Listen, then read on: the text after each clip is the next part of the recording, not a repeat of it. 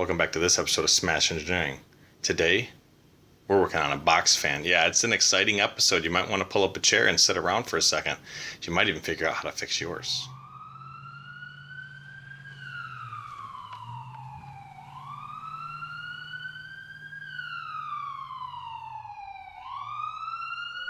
Smash Engineering.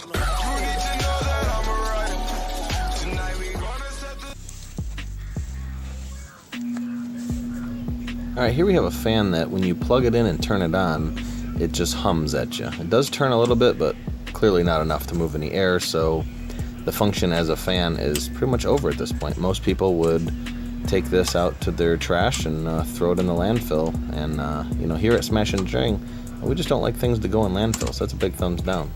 So what we're going to do is we're going to take off the, first of all, we're going to unplug it. Always unplug electronic appliances when you're working on it. And again, as always with my videos, this is not necessarily meant to be an instructional. This is just showing you what can be wrong, and of course, do all this at your own risk.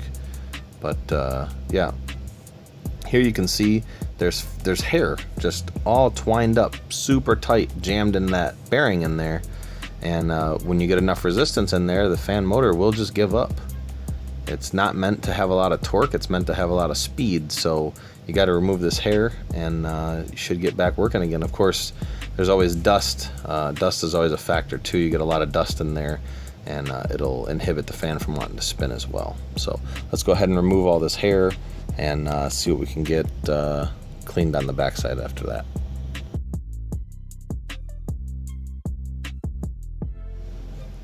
After you get all that hair, spin it freely by hand just to make sure. Check inside here, make sure nothing's obstructing it.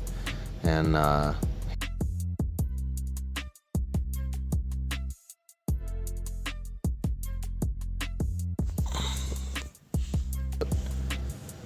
got this little brush that I use for this type of stuff. I don't use it for many other things because yeah, you don't want to contaminate other stuff, but this is kind of what I use it for. It's kind of like a fan cleaning brush. It's made to like slide the blades through the center even. So I'm going to take that and just knock off any dust that's around it. Ideally, you could use a vacuum cleaner if you had a vacuum cleaner handy with the brush nozzle. That way, when you knock it all off, you're not breathing it. You can suck it all into the vacuum. But yeah, make sure that freely turns. Make sure there's nothing, no pieces of crayon if you have a kid, or food or anything else jamming it up in there. And especially you don't want anything flammable in there because this is an electronic appliance and could start a fire. So like I said, do all this at your own risk. But here we'll turn it around. Whoops. Yep. That happens sometimes. Dropped you there. But yeah, we'll take the back off and just make sure that it's clean in there. Put this in fast forward.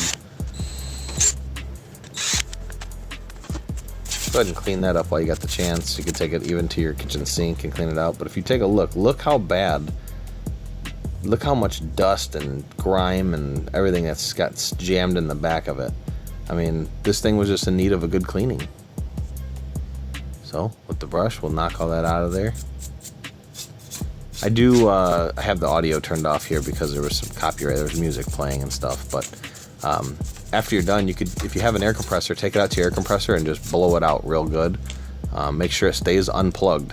Big time number one thing here is the safety. So don't do any moronic activities and you won't solicit yourself some harm. Yeah. Check your wires, make sure there's no nicks on them. Make sure they're not damaged.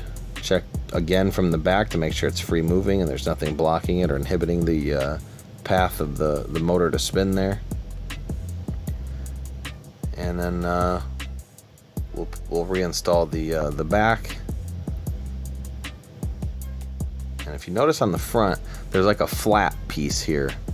The flat piece coincides with the flat piece on the fan. That's kind of the notch that keeps the fan from spinning freely on the shaft there. So if you don't line that up, chances are you're going to have issues. You might split the plastic or break it. Kind of hard to see there in the video, but if you line it up just right, you can slide it on pretty easily. So I'm going to put you back in the holder here and I'll show you what I mean. Okay. So we'll just slide that on.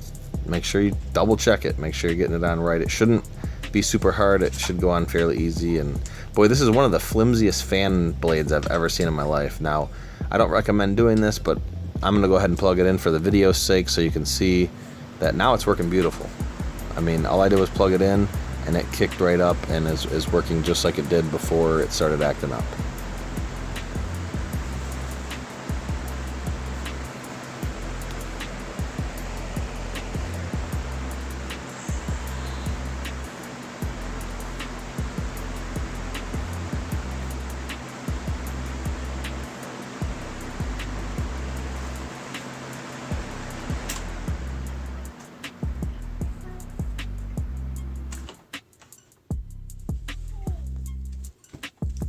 Alright, now that we've verified that it works, I'm going to go ahead and put the front screen back on.